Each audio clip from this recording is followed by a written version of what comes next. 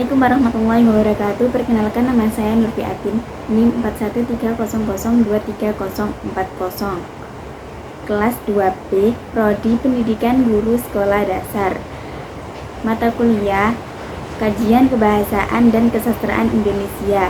Dosen pengampu Bapak Rudi Umar Susanto, SPD, MPD.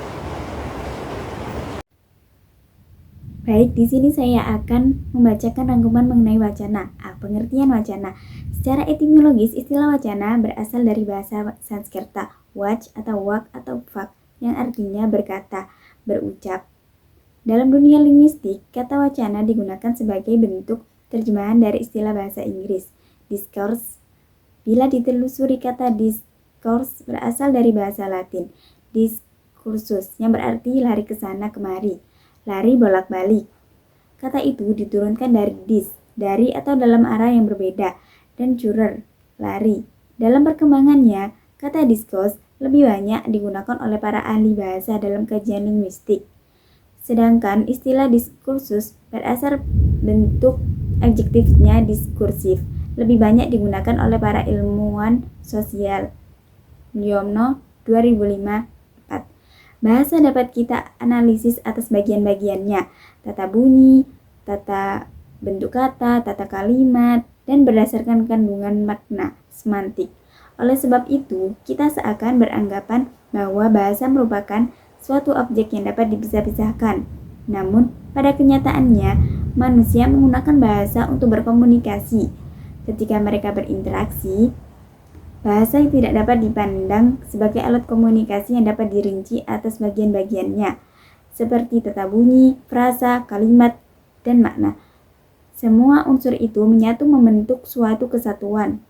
Demikian juga ketika kita berhadapan dengan wacana yang diwujudkan dalam sebuah teks. Kita tidak hanya dapat memandang teks sebagai sebuah kata atau kalimat. Teks harus dipandang sebagai satuan bahasa yang bermakna dengan segala konteks yang melingkupinya. Berkaitan dengan wacana, Rangkema 1993. 1. Menyatakan bahwa wacana adalah disiplin ilmu yang mengkaji hubungan antara bentuk dan fungsi bahasa dalam komunikasi. Definisi ini menitikberatkan pada penggunaan bahasa dalam komunikasi yang membawa fungsi tertentu di pihak lain. Alwi et al. Menyatakan bahwa wacana adalah serentetan kalimat yang berkaitan yang menghubungkan preposisi yang satu dengan preposisi yang lain yang membentuk kesatuan. Definisi ini memandang wacana merupakan kalimat-kalimat yang saling berkaitan antara yang satu dengan yang lain dan membentuk satu kesatuan yang utuh. Yang kedua, kedudukan wacana dalam hierarki linguistik. Wacana adalah satuan bahasa tertinggi dan terbesar yang digunakan untuk komunikasi. Satuan bahasa yang dimaksud dapat berupa ujaran dan kalimat. Wacana yang diwujudkan dalam bentuk tulis dengan kalimat sebagai unitnya. Kalimat-kalimat yang menjadi unitnya harus memiliki ketertarikan semantis. Dengan demikian, rentetan kalimat itu merupakan kesatuan yang utuh dan padu. Konsep wacana dapat dilihat dari 3 sudut pandang. Pertama, dari sudut pandang struktural yang memandang wacana sebagai satuan bahasa di atas kalimat. Kedua, dari sudut pandang fungsionalisme yang memandang wacana sebagai penggunaan bahasa dalam proses komunikasi.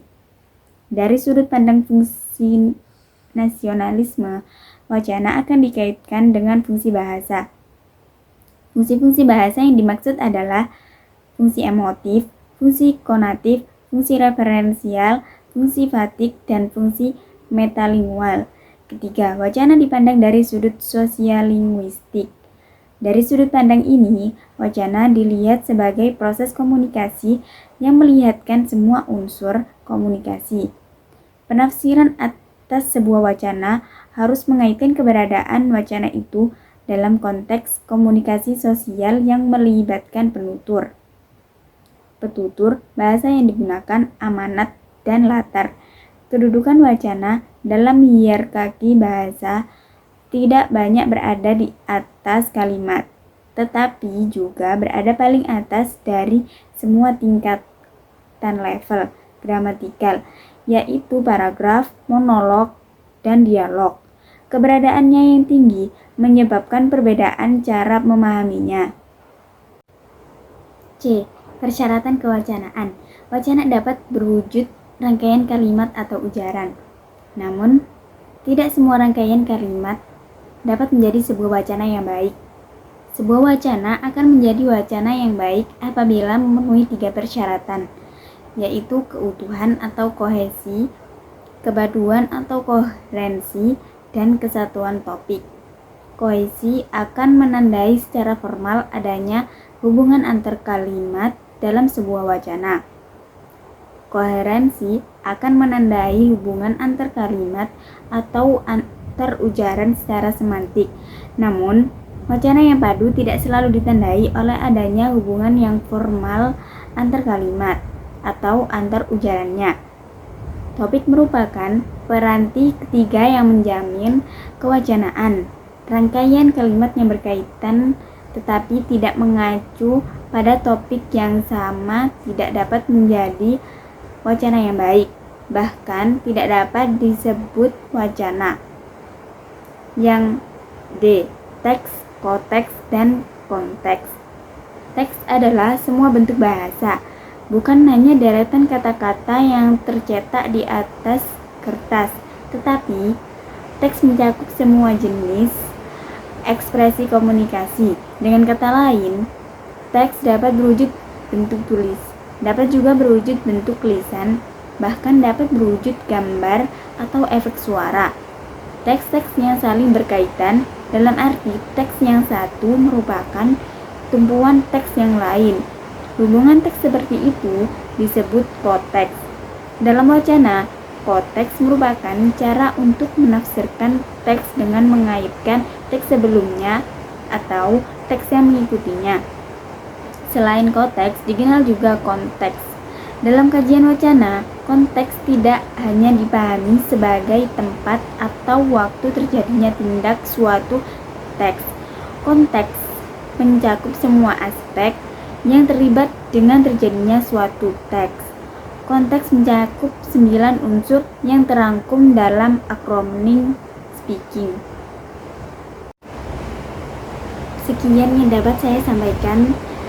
Wassalamualaikum warahmatullahi wabarakatuh.